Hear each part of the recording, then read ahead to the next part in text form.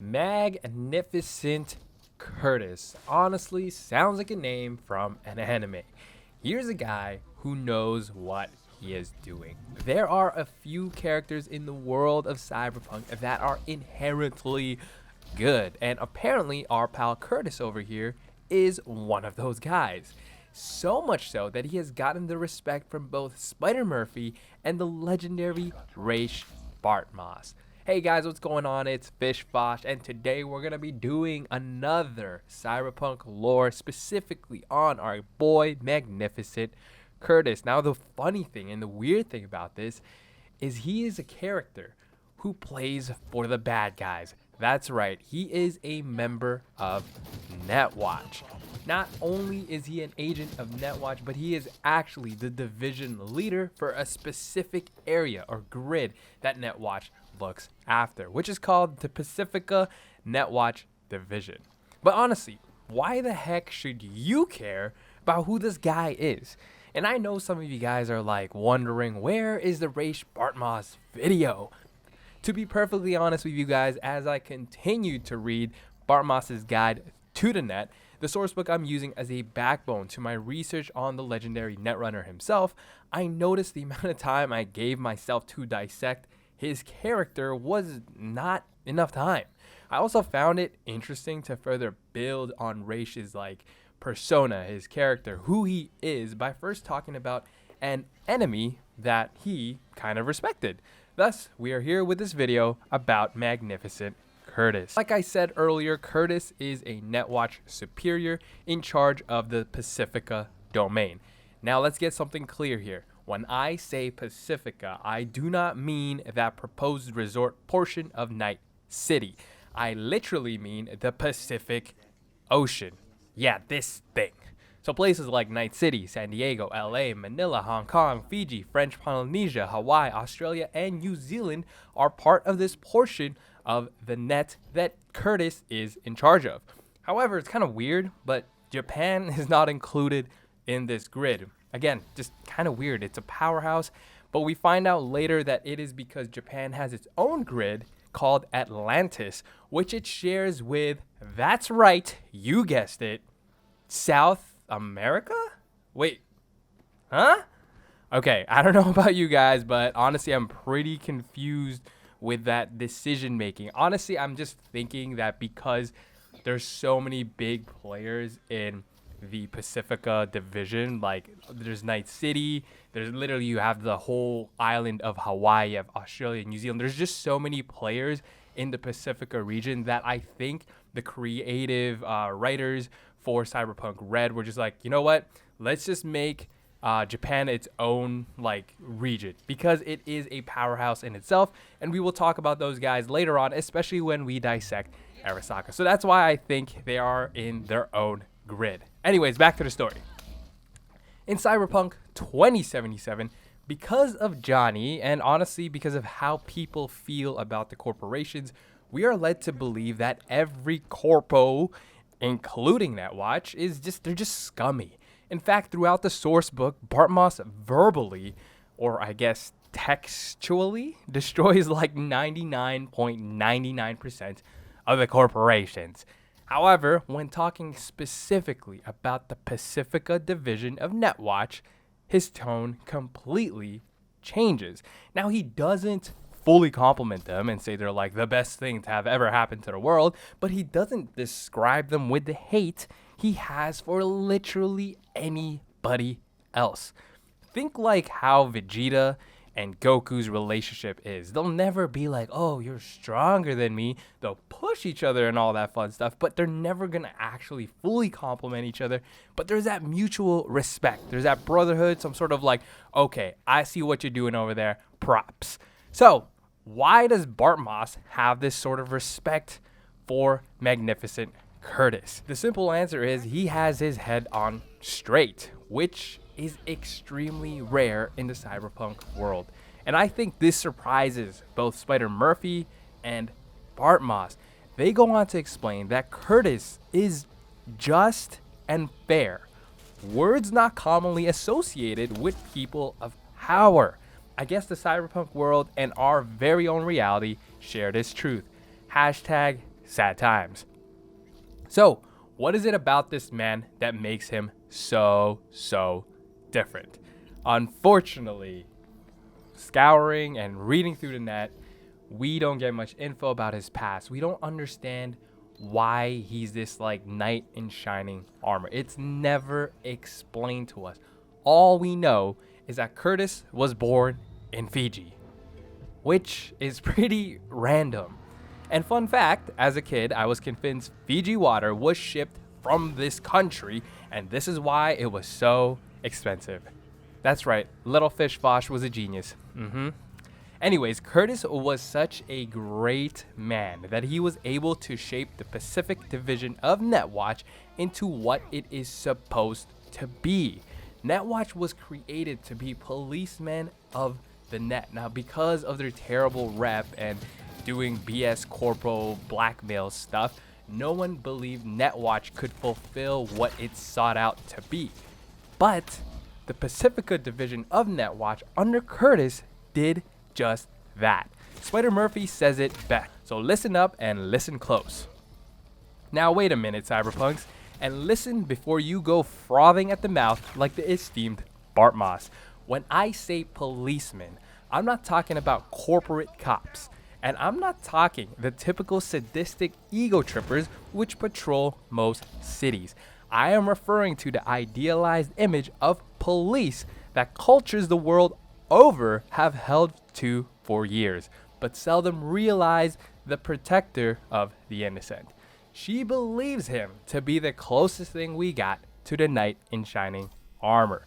You can also see here that Spider Murphy is kind of talking how we have someone like Bartmoss, and she's comparing most cyberpunks and how like as soon as they say police officer, everyone's gonna be like mad and crazy, and that's because most people believe police officers, Netwatch agents, to be corrupt. And when she says like don't go frothing at the mouth like the esteemed Bartmoss, that's because Bartmoss is such a shit talker. He'll look at a corporate and be like, yo, no, there's some blackmail stuff, there's some fraud, something is going on behind the scenes. And that's why, honestly, he's going out there and scouring the net to unravel all these secrets. But she is explaining that most people view policemen in such a way, which in their world, and honestly our world, is a correct, maybe in some cases, way to look at the police. However, again, Netwatch in Pacifica does not run that way. Like I said, she views him in such a way that he is like a God-sent person who's doing good and right things. That is high praise from someone like Murph. Let's face it, if Rache, Murph, Johnny, Rogue, the whole lot of them are technically the good guys fighting for our social freedom, then the corrupt world they are trying to overthrow are technically the bad guys. But in the case of Curtis, he has proven, at least to Rache and Murph, that if done correctly, justice can be found when power is not abused. Basically, a good guy fighting a rotten war. They go on to explain that Curtis demands perfection from his people, which, again, is a weird thing, given how quickly people of power choose to take the easy path instead. What I mean is, killing higher-ups, taking money, blackmail, extortion, all that crazy stuff. He doesn't do that. He even sends his men in groups of 4 to prevent things such as bribery. They go on to explain once again that peer pressure coming from a good place can actually benefit people, which is really true. Imagine someone's like, you know what, don't drink and drive, it's dangerous. And then another person, yeah, that's stupid. You don't want to like cause any injuries. You don't want to do any of that. That's a good sort of peer pressure. Along with all that, most of the Netwatch agents in the Pacifica region are older heads. They're the type of guys and girls who moved to this sector as a form of semi-retirement. Again, it's crazy. In movies, we see older characters closer to retirement taking bribes because, well, they want to have a nice-ass retirement. But nope, not Curtis's squad. They use maturity and a genuine moral compass to help keep the net safe. If only all the other regions were patrolled the same way, then maybe people would actually trust Netwatch. This brings me to some interesting kind of theories and ideas. So everything I'm going to be saying from this point onward is like my own speculation, my own thought, things I have added to kind of stir the pot. Now, remember, the Netwatch agent that held Brigitte captive in the game. Yeah, this fool. My first thought after reading all this info was, why was he alone? And it made me think, maybe when they say send in squads of 4, that doesn't literally mean that they're all there beside each other. So maybe he was a squad of 4, part of a squad of 4, and he was just kind of like taking care of that specific area when he was either killed or not killed, when he was doing his thing. So I do think that they just don't want to, the developers at CDPR just don't want to open up that section of lore quite yet because there's just so much to delve into. So I think that if he was like alone in that scene, he was in communication with the rest of his squad. This just, again, like I mentioned earlier, opens up the opportunity for the DLC to come in. Like, imagine Curtis finding out what happened with that specific Netwatch agent. Again, whether or not you killed him or not, this will obviously be reported to him because he's in charge of the entire region. So it brings up maybe possible consequences based on our decisions, almost like how, you make decisions in the game, and then if you kill the guy, certain gangs will fight you and all that fun stuff. But in this case, if you kill the Netwatch agent, Curtis will be kind of like reluctant to work with you, versus if you didn't kill him, then he'd be more willing to be like, oh, he can negotiate with this person and he's not stupid. So I think there is a possibility of that. Who knows? Again, let a guy dream. I hope CDPR gets things right, but that's just one of the speculations I have in my mind. The other thing that pops up in my brain is when I was making previous videos talking about alt, talking about the net, like a little bit here and there when I was making those theory videos, I did come up with, I did find a specific piece of info, which was alt is working with Netwatch behind the black wall. At the time when I made those videos, I was under the impression that Netwatch, every Netwatch agent was bad. Because again, like, when you play Cyberpunk and when you read the source books, like any corpo is just a bad mix. So I thought alt working with Netwatch is not good. Something bad is about to happen. But now with this, I kind of feel that alt and Netwatch behind the black wall may actually be doing something good. It makes me believe that they might pull not all corpos in the game are as bad as you think. Not everyone is as evil as they say they are. In this case, that just means that the Voodoo Boys are technically the bad guys in that situation, which kind of makes sense because why do we have the option to, kill Placide, kill Brigitte? It's just kind of interesting because that I thought at one point we were helping each other, but then that option to kill them just brings this all up and kind of makes it even more interesting. I think it's interesting because they could definitely delve into more of the alt, the black wall, Netwatch, Voodoo Boys, and maybe, just maybe, this can talk a little bit about the rogue AIs that I've been referring to in other videos as well. But that is it for my theories. I don't know really what else could happen. I may, as I continue to read other things, come up with other theories, but I'm also gonna definitely make a theory video that summarizes all my ideas for the upcoming DLC as we get closer to that date.